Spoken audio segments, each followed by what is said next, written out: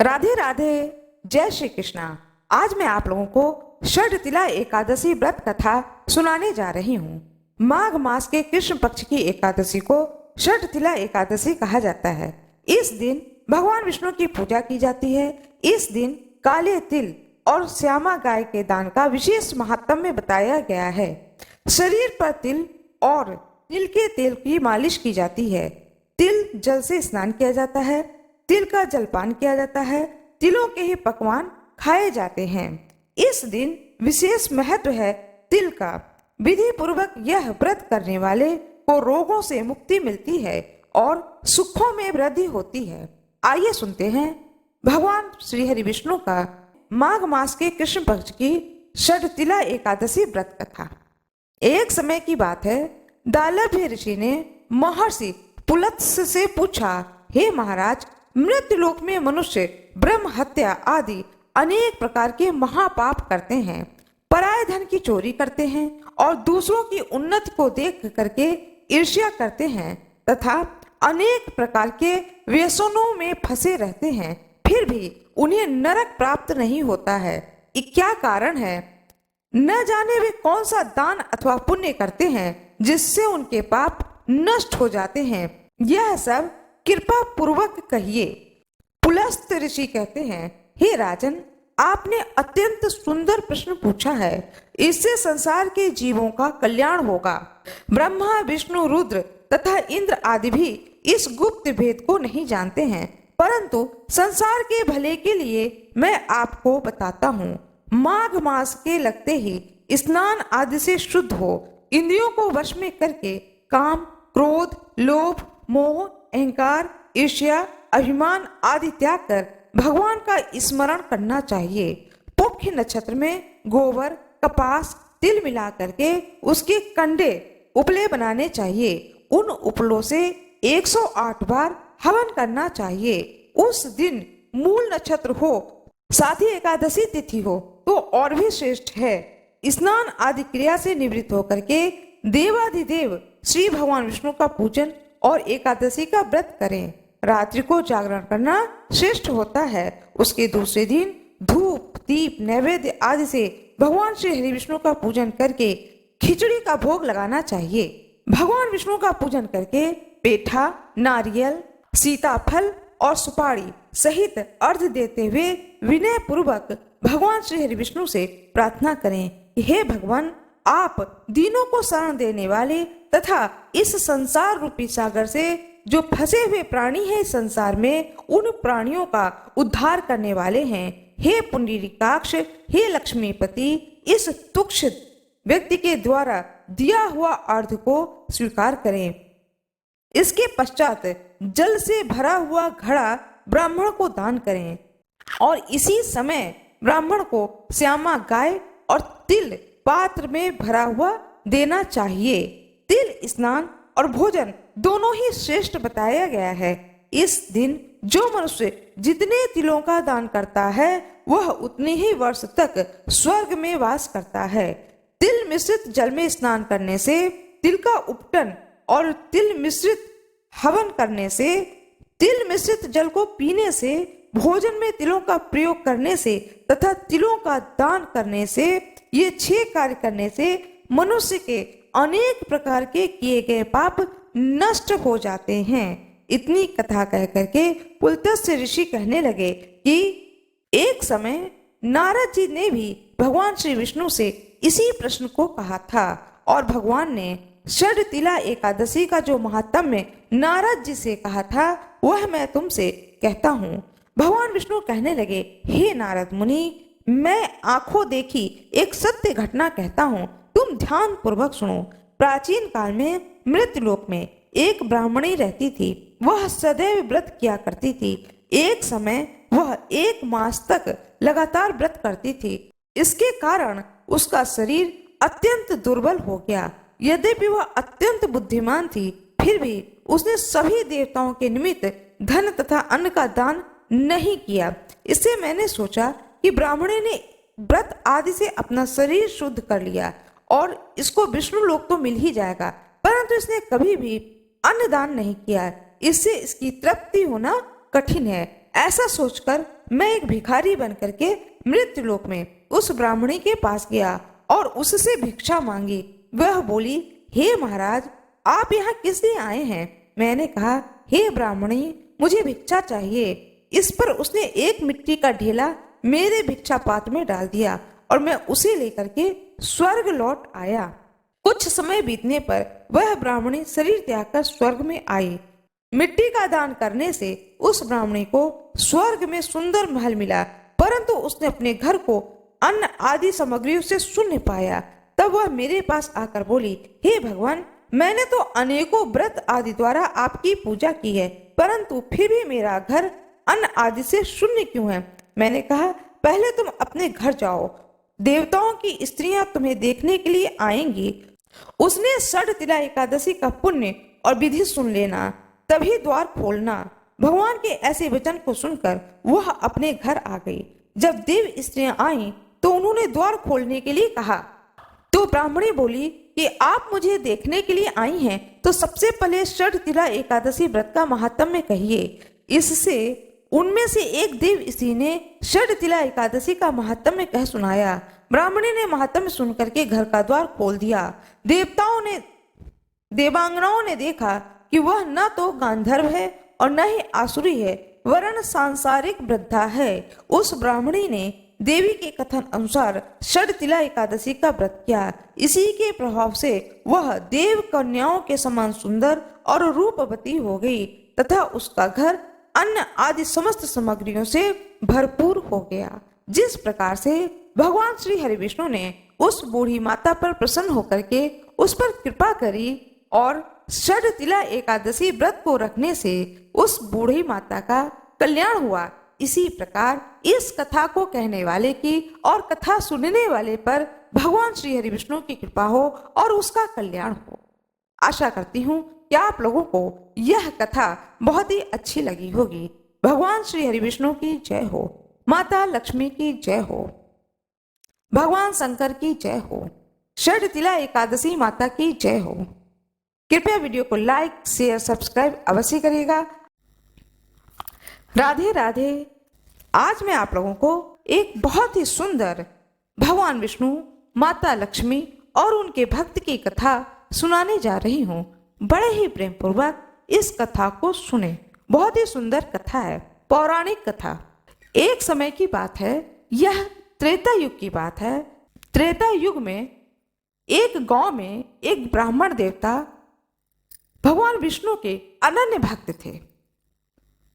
बहुत श्रद्धा विश्वास रखते थे भगवान विष्णु पर। भगवान विष्णु के आगे वह किन्हीं भी देवी देवता को नहीं मानते थे। कहते थे कि जिसके साथ में भगवान विष्णु है, उनके पास में माता लक्ष्मी है, हनुमान जी हैं, हर देवी देवता का आशीर्वाद होगा, इसलिए भगवान विष्णु की पूजा करना सबसे ज्यादा जरूरी है। उनकी पत्नी कहती थी कि तुम तो धर्मात्मा हो, भगवान विष्णु के भक्त हो, उनकी तुम पूजा आराधना करते हो, तो एक दिन जरा बैठ करके भगवान विष्णु से कहो कि तुम्हारे घर में इतनी गरीबी क्यों है, हम लोग इतना कष्टकारी जीवन क्यों जी रहे हैं। भगवान ने संतान दिया है, घर दिया है, परिवार दिया है, लेकिन धन नहीं दिया है। माता लक्ष्मी कृपा क्यों नहीं कर रही हैं हम लोगों के ऊपर। वह ब्राह्मण देवता नित्य प्रातः काल पूजा करता, लेकिन अपनी पत्नी की बात को नहीं सुनता। एक कान से सुनता और दूसरी कान से निकाल देता और कहता कि हे भगवान विष्णु, आप मेरी पत्नी की बातों को ध्यान से न सुनिए, आप बस मेरे अंदर भक्ति दीजिए और मैं भक्ति के साथ आपकी पूजा करती रहूं। जितनी देर तक वह ब्राह्मण देवता पूजा करते रहते, उतनी देर तक उनकी पत्नी उल्टा सीधा बोलती ही रहती अपने पति को कि अपने भगवान से बोलो कि घर में कुछ धन आए। तुम जाते हो, लोगों के घर में कथा सुनाते हो, भागवत कथा पुराण सुनाते हो, लेकिन लक्ष्मी नहीं आती है, धन नहीं आता है, और भाई बिना धन के कैसे गुजारा होगा, बच्चे कैसे पलेंगे। लेकिन ब्राह्मण देवता अपनी पत्नी की बात को नहीं सुनता था। भगवान विष्णु भी रोज सुनते थे, मुस्कुरा देते थे। माता लक्ष्मी एक दिन देखती हैं कि भगवान विष्णु मुस्कुरा रहे हैं, तो माता लक्ष्मी कहती हैं कि हे प्रभु, प्रातः काल आप इतना खुश होकर क्यों मुस्कुरा रहे हैं। भगवान विष्णु कहते हैं कि मेरा एक भक्त है, उसका पूरा परिवार है, मेरा भक्त मुझसे लक्ष्मी मांगता ही नहीं है, धन मांगता ही नहीं है, और जब वो धन मांगेगा नहीं तो मैं उसे कैसे धन दूंगा। वह पूजा पाठ करता है, मेहनत करता है, भक्ति मांगता है, संतान मांगता है, परिवार कहता है स्वस्थ रहे, लेकिन मुझसे कभी भी ये नहीं कहता है कि मेरे घर में लक्ष्मी का निवास हो। मैं उसे सब कुछ देता हूँ क्योंकि वह मेरा प्रिय भक्त है। बड़े भक्ति भाव से, निर्मल भक्ति से मेरा वह भक्ति करता है, पूजा करता है और अपने फिर नित्य कर्म पर चला जाता है, अपने काम को चला जाता है। जो कोई भी जो भी दक्षिणा उस ब्राह्मण को देता है वह उसी में खुश होकर के अपने परिवार को चलाता है। लेकिन यह बात उसकी पत्नी को अच्छी नहीं लगती है। माता लक्ष्मी कहती हैं, अच्छा ठीक है, अब हम दोनों लोग चलते हैं उस ब्राह्मण देवता के घर वेश बदल करके और देखते हैं कि आपका भक्त भक्ति मांगता है, यह लक्ष्मी भी वो चाहता है सच में हृदय से। अब भगवान विष्णु मुस्कुराए और बोले कि ठीक है, चलो दोनों लोग चलते हैं। माता लक्ष्मी और भगवान विष्णु दोनों लोग वेश बदल करके उस ब्राह्मण देवता के दरवाजे पहुंचते हैं। ब्राह्मण देवता देखते हैं कि मेरे दरवाजे पर कोई अतिथि आया है। अपने उस अतिथि को वो अंदर बुलाते हैं। माता लक्ष्मी के कदम रखते ही उस घर में बहुत ही सुंदर सुगंध आती है अंदर, और वह ब्राह्मण देवता ये समझ जाता है कि जो देवता अतिथि मेरे घर आए हैं वह कोई साधारण नहीं है, यह कोई निश्चित दिव्य आत्मा है, दिव्य देवी देवता है। और उस ब्राह्मण ने अपने घर के सबसे अच्छे बिस्तर पर आसन लगा करके माता लक्ष्मी और भगवान विष्णु को बैठाया। घर में जो बर्तन थे उसी पात्र में पानी लेकर आया और बोला कि मैं आप लोगों के चरण को धो देता हूँ, और अपनी पत्नी से कहता है जो भी भोजन बना है जल्दी से थाली में लगा करके ले आओ। उसकी पत्नी को बहुत बुरा लगता है, कहती है तुम ऐसा क्या पा जाते हो लोगों के घरों से कथा सुना करके कि मैं ले करके जल्दी से आ जाऊं। वह ब्राह्मण पत्नी अपने पति के इस बात को नहीं समझ पाती है कि घर में कोई साक्षात ईश्वर, ये दिव्य आत्मा आई है। ब्राह्मण ये नहीं समझ पाता है कि स्वयं माता लक्ष्मी आई है और भगवान विष्णु आए हैं। बस उसे ये लगता है कि कोई अच्छी व्यक्ति आए हैं मेरे घर में। तो वह जोर से बोलता है अपनी पत्नी से, जो है जो तुम्हारे घर में, रसोई घर में जो कुछ भी रखा उसे ही तुम ले आओ। मैं तुमसे ये नहीं कह रहा हूं कि तुम अच्छा सा बना के लाओ, जो तुमने बनाया है तुम वही लेकर के आओ। तो उसकी पत्नी लेकर के आती है, जो रोटी, सूखी रोटी बनाया होता है वही सूखी रोटी, और उसी एक थाली में सूखी रोटी और साग रख करके ले आती है और कहती है ये लो और अपने अतिथियों को भोजन कराओ, क्योंकि आज यही भोजन बना है। ब्राह्मण देवता बड़े मन से माता लक्ष्मी के सामने भोजन की वह थाली रखते हैं और भगवान विष्णु के सामने वह भोजन की थाली रखते हैं और हाथ जोड़ करके प्रार्थना करता है, हे माँ, इस भोजन को आप ग्रहण करें। माता लक्ष्मी की आंखों में आंसू आ जाता है और ब्राह्मण देवता से कहते हैं कि ये तो तुम मुझे भोजन करा रहे हो, लेकिन बताओ तुम मुझसे क्या चाहते हो। ब्राह्मण देवता कहता है, हे माँ, मैं सिर्फ भक्ति चाहता हूँ। माता लक्ष्मी पूछती है कि भक्ति से तुम्हें क्या मिलेगा। बोले देखिए, जब आपके पास भक्ति होगी तो आप मन से हरि विष्णु का जाप करेंगे, और जब जाप करेंगे तो हरि विष्णु प्रसन्न होंगे, और जब हरि विष्णु प्रसन्न होंगे तो माँ लक्ष्मी प्रसन्न होंगी। माँ लक्ष्मी तो स्वयं ही आ जाएंगे, उसके लिए मैं क्यों मांगू। इस चीज को सुन करके माँ लक्ष्मी बहुत प्रसन्न होती हैं। अब भगवान विष्णु से कहती हैं कि ब्राह्मण देवता की सहायता कैसे की जाए। वाकई में बहुत ही सोचनीय विषय है। भगवान विष्णु को लगता है कि मैं तो कुछ धन लेकर भी नहीं आया हूँ, भलाओ लक्ष्मी मेरे साथ चल रही हूँ, लेकिन मैं लेके तो कुछ भी नहीं आया हूँ। तो वह माता लक्ष्मी से कहती हैं कि आप एक सोने का सिक्का मुझे उधार के रूप में दे दो, तो मैं इस भक्त को वह सिक्का दे दूंगा, जिससे कि इसके घर में धन की बरकत होती रहेगी। माता लक्ष्मी कहती हैं, हे प्रभु, मैं दे तो दूंगी आपको एक सोने का सिक्का, लेकिन आप मुझे यह सिक्का लौटाओगे कब। भगवान विष्णु मुस्कुरा देते हैं और समझ जाते हैं कि माता लक्ष्मी जो हैं यह मुझसे क्या मांग रही हैं। भगवान विष्णु कहते हैं कि ठीक है, जो कुछ भी मुझे मिलेगा, जो कुछ भी मुझे चढ़ावा में जब भी मिलेगा, वह सब कुछ मैं तुम्हें दे दूंगा और इस तरीके से तुम्हारा यह उधारी पूरा हो जाएगा। माता लक्ष्मी कहती हैं कि ठीक है, ये पकड़िए सोने का सिक्का, और एक सोने का सिक्का दे देती हैं। वह सोने का सिक्का जब निकलने लगते हैं भगवान विष्णु, तो ब्राह्मण देवता को हाथ में देते हैं और कहते हैं कि यह लक्ष्मी है, यह अक्षय है, इन्हें तुम अपने घर की तिजोरी में रखो। उसके बाद जो भी तुम पूजा करते हो, पाठ करते हो, कथा करते हो, जो भी करते हो, तो जो भी तुम्हें पैसे मिलते हैं उसी तिजोरी में रखना जहां तुमने ये सिक्के रखे हैं। तुम्हारे घर में धन की कभी कमी नहीं होगी, ऐसा आशीर्वाद देते हैं उस ब्राह्मण देवता को। माता लक्ष्मी और भगवान श्री हरि विष्णु बाहर निकल के आते हैं। अब माता लक्ष्मी कहती हैं भगवान विष्णु से, मेरे को मेरा दिया हुआ उधारी आप प्रभु कब वापस करोगे और कैसे वापस करोगे?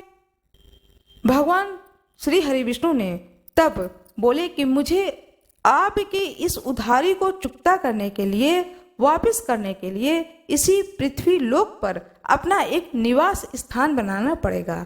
जब मैं यहाँ निवास करूँगा तो जो मेरे भक्त होंगे वो मुझे जो भी चढ़ावा चढ़ाएंगे, जो भी देंगे, वो सारी चीजें मैं आपको देता जाऊंगा और इस तरीके से एक समय के बाद में, एक काल के बाद में यह उधारी चुकता हो जाएगा।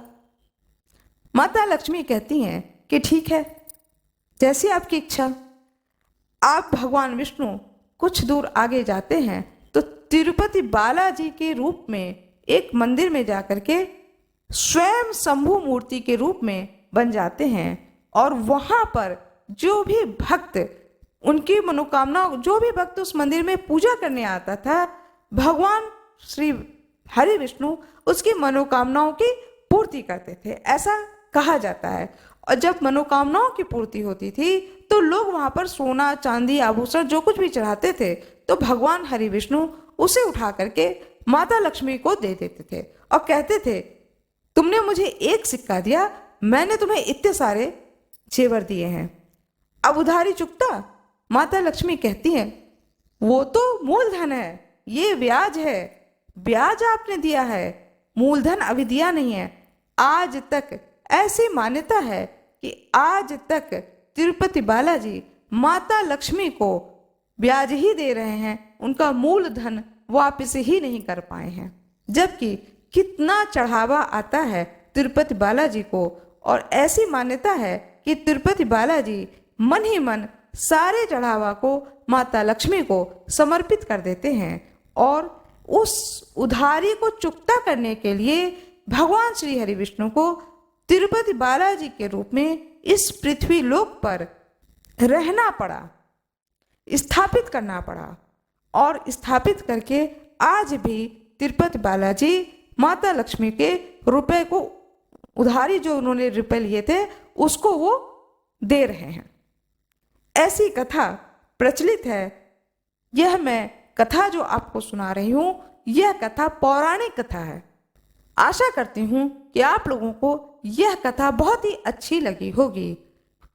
माता लक्ष्मी की जय हो, भगवान श्री हरि विष्णु की जय हो, तिरुपति बालाजी की जय हो। आशा करती हूँ कि आप लोगों को यह कथा बहुत ही अच्छी लगी होगी। आप लोगों को यह कथा अच्छी लगी हो तो कृपया वीडियो को लाइक करिएगा, चैनल को सब्सक्राइब करिएगा, बेल आइकन दबाना ना भूलिएगा। आज मैं आप लोगों को एकादशी पर तुलसी माता की कथा सुनाने जा रही हूँ। तुलसी माता की जय हो, श्री हरि विष्णु की जय हो। प्रिय भक्तों, आप सभी लोग जानते हैं कि ठाकुर जी को जब भी स्नान कराया जाता है तो उनके ऊपर तुलसी पत्र अवश्य ही चढ़ाना चाहिए। भगवान श्री विष्णु और ठाकुर जी का जो स्वरूप है भगवान श्री विष्णु का, ये कहा जाता है कि यदि उनके ऊपर तुलसी पत्र न चढ़ाया जाए तो भगवान श्री हरि विष्णु के सिर में दर्द होने लगता है। इसलिए बहुत अधिक इस बात के महत्व दिया जाता है कि नित्य जब आप ठाकुर जी को स्नान कराएं तो तुलसी पत्र अवश्य ही चढ़ाएं ठाकुर जी के ऊपर। आइए सुनते हैं तुलसी माता की कथा। एक परिवार में ननद और भौजाई रहती थी।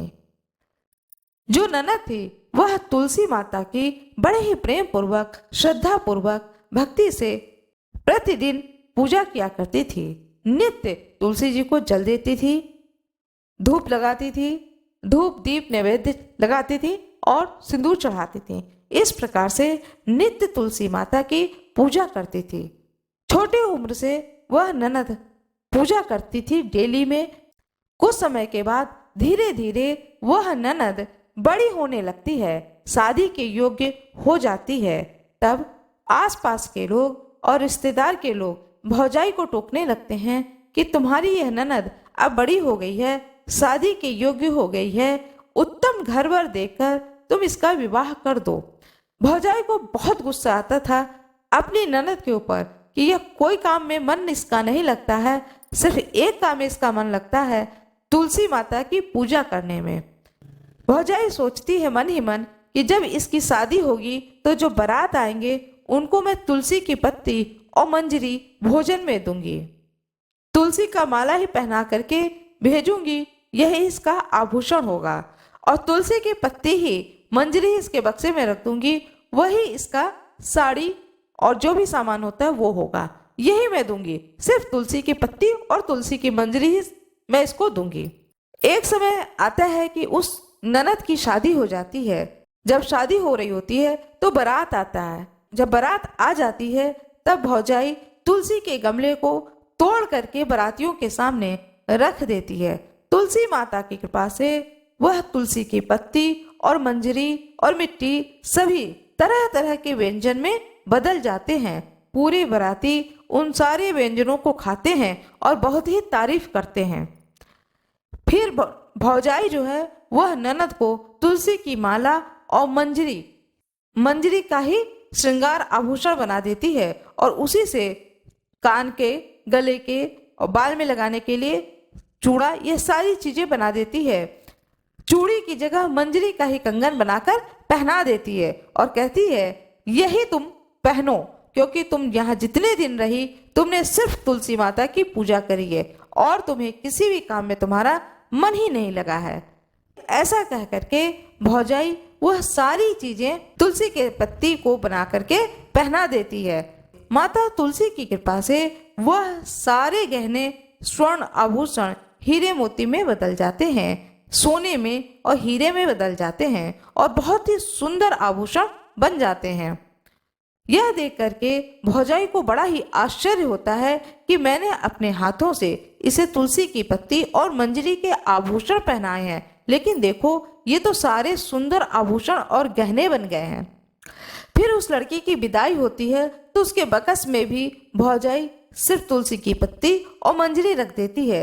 जब वह लड़की ससुराल पहुंचती है तो उस बक्से को जब खोला जाता है तो उसमें से आभूषण, गहने, अच्छे अच्छे कपड़े, ये सब चीजें निकलती हैं। तो ससुराल में भी उसका बड़ा नाम हो जाता है कि इसके भाई ने बहुत ही अच्छा स्वागत किया है, बहुत अच्छे व्यंजन खाने को दिया और बहुत अच्छे गहने दिए और बहुत अच्छा सामान दिया।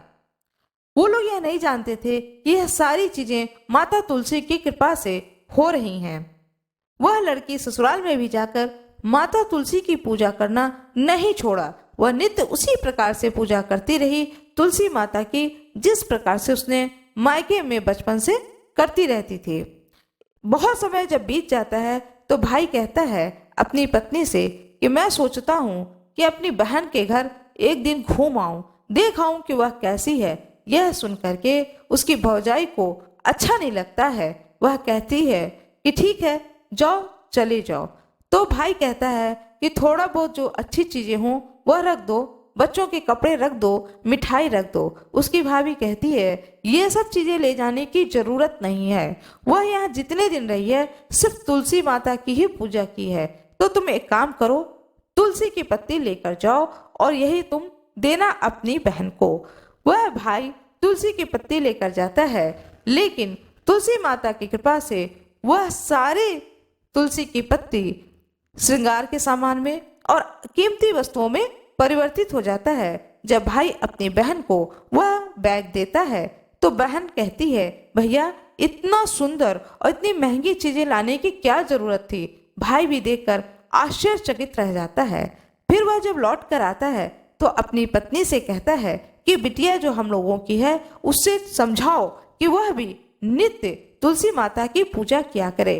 तुलसी माता की कृपा से किसी भी बात की कोई कमी नहीं रहती है जीवन में। वह भौजाई अपनी बेटी से कहती है, बिटिया तुम भी उसी तरह से तुलसी माता की पूजा किया करो जिस तरह से तुम्हारी बुआ किया करती थी।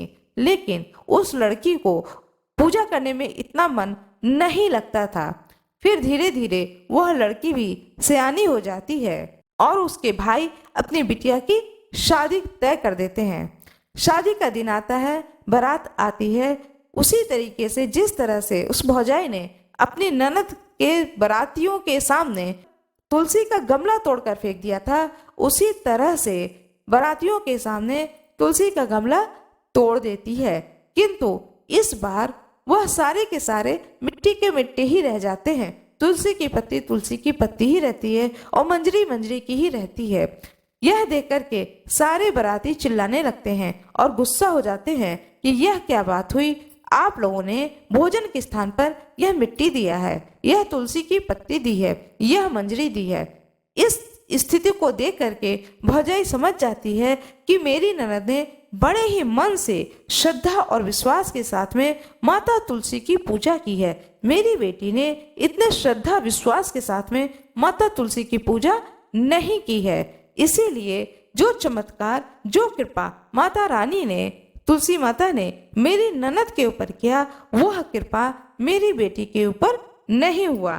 फिर वह बहुत पछताती है और मन ही मन सोचती है कि अब मैं नित्य तुलसी माता की पूजा करूंगी और जब मेरी ननद आएगी तो मैं उसके साथ में अच्छा व्यवहार करूंगी और जब मैं अपने ननद के घर जाऊंगी तो भी मैं उसके साथ अच्छा व्यवहार करूंगी। जिसके ऊपर माता तुलसी की कृपा हो उसे इस धरती पर किस बात की कमी हो सकती है। ऐसा सोच करके वह भाभी उस अपने स्वभाव को बदल देती है और नित्य वह तुलसी माता की पूजा करने लगती है। जिस प्रकार से तुलसी माता ने ननद के ऊपर कृपा करी, भौजाई के ऊपर कृपा करी, उसी प्रकार से जो कोई भी इस कथा को सुने, जो कोई भी इस कथा को सुनाए, माता तुलसी की कृपा सदा सर्वदा उस भक्त पर बनी रहे।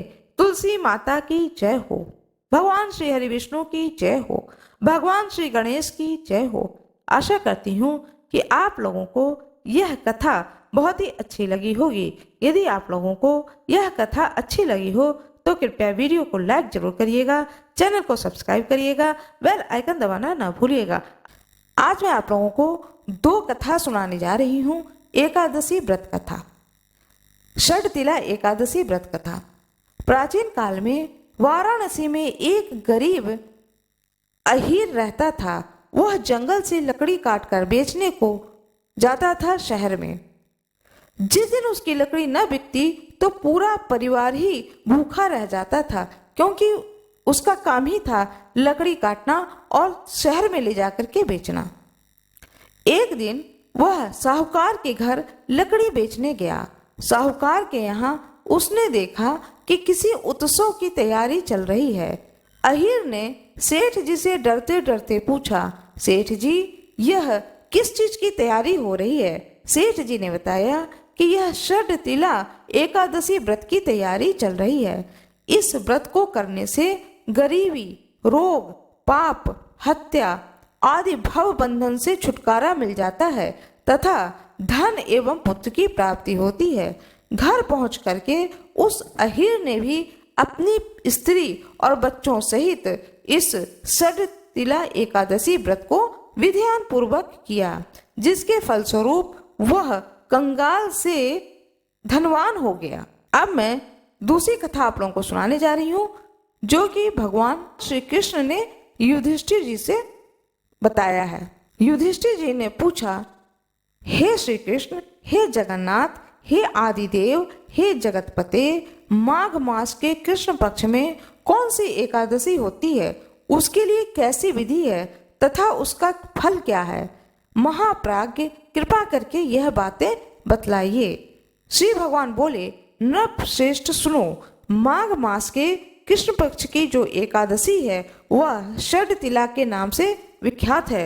वह सब पापों का नाश करने वाली है। अब तुम षटतिला की पापहारिणी कथा सुनो, जिसे मुनिश्रेष्ठ पुलत्स्य ने दालभ्य से कहा था। दालभ्य ने पूछा, ब्राह्मण, मृत्युलोक में आए हुए प्राणी प्रायः पाप कर्म को करते हैं और उन्हें नरक में जाना पड़ता है। नरक में न जाना पड़े इसके लिए कौन सा उपाय है, बताने की कृपा करें।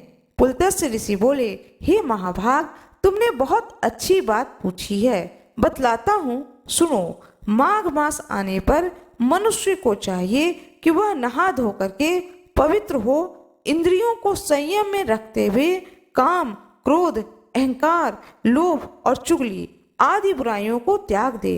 देवाधिदेव भगवान का स्मरण करके जल से पैर धोकर भूमि पर पड़े हुए गोबर का संग्रह करे, उसमें तिल और कपास छोड़कर 108 पिंडिकाएं बनाएं। फिर माघ मास में जब आद्रा या मूल नक्षत्र आए तब कृष्ण पक्ष की एकादशी करने के लिए नियम ग्रहण करे। भली भांति स्नान करके पवित्र हो शुद्ध भाव से देवाधिदेव श्री विष्णु भगवान की पूजा करें। कोई भूल हो जाने पर श्री कृष्ण का नाम उच्चारण करें। रात को जागरण और होम करें। चंदन, अर्गजा, कपूर, नैवेद्य आदि सामग्री से शंख, चक्र और गदा धारण करने वाले देव देवेश्वर श्री हरि की पूजा करें। तत्पश्चात भगवान का स्मरण करके बारंबार श्री कृष्ण का नाम का उच्चारण करते हुए कुम्हड़ा मतलब होता है कद्दू, नारियल अथवा बिजौरे के फल से भगवान को विधि पूर्वक पूजन कर अर्घ दें। अन्य सब सामग्रियों के अभाव में 100 सुपारियों के द्वारा भी पूजन और अर्घ दान किए जा सकते हैं। अर्घ का मंत्र इस प्रकार से है, कृष्ण कृष्ण कृपालु स्वत्वम गतिनाम गति भर्व संसारणाम अग्नानाम प्रसीद पुरुषोत्तम। नमस्ते पुंडरीकाक्ष, नमस्ते विश्वभावन सुब्रह्मण्यम, नमस्ते अस्तु महापुरुष पूर्वज, ग्रहणार्थ मया दत्तम लक्ष्म्या सह जगतपये। सच्चिदानंद स्वरूप श्री कृष्ण, आप बड़े दयालु हैं। हम आश्रयहीन जीवों के आप आश्रयदाता होइए। हे पुरुषोत्तम, हम संसार समुद्र में डूब रहे हैं, आप हम पर प्रसन्न होइए। हे कमल नयन, आपको नमस्कार है।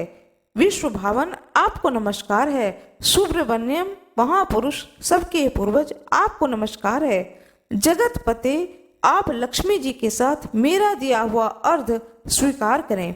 तत्पश्चात ब्राह्मण की पूजा करें, उसे जल का घड़ा दान करें, साथ ही छाता, जूता और वस्त्र भी दें। दान करते समय ऐसा कहें, इस दान के द्वारा भगवान श्री कृष्ण मुझ पर प्रसन्न हो।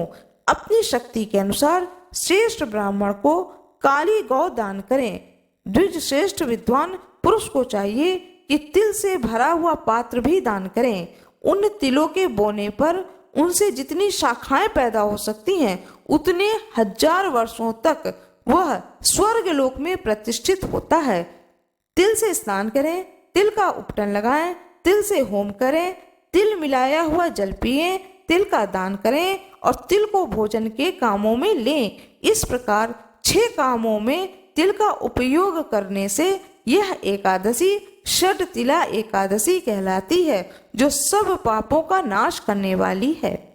तिल स्नाई, तिलोद्वर्ती, तिल होमी, तिलोदकी, तिल दाता च भोक्ता च षटतिला पाप नाशनी। इस प्रकार से आप लोगों ने पवित्र, पुण्यदायिनी और मनोवांछित फल को देने वाली इस एकादशी व्रत की कथा को सुना। आशा करती हूँ कि आप लोगों को यह कथा अच्छी लगी होगी। कृपया वीडियो को लाइक जरूर कर दीजिएगा। कमेंट बॉक्स में जय श्री राम अवश्य लिख दीजिएगा। चैनल को सब्सक्राइब कर दीजिएगा। बेल आइकन दबाना ना भूलिएगा। आप लोगों का बहुत बहुत धन्यवाद।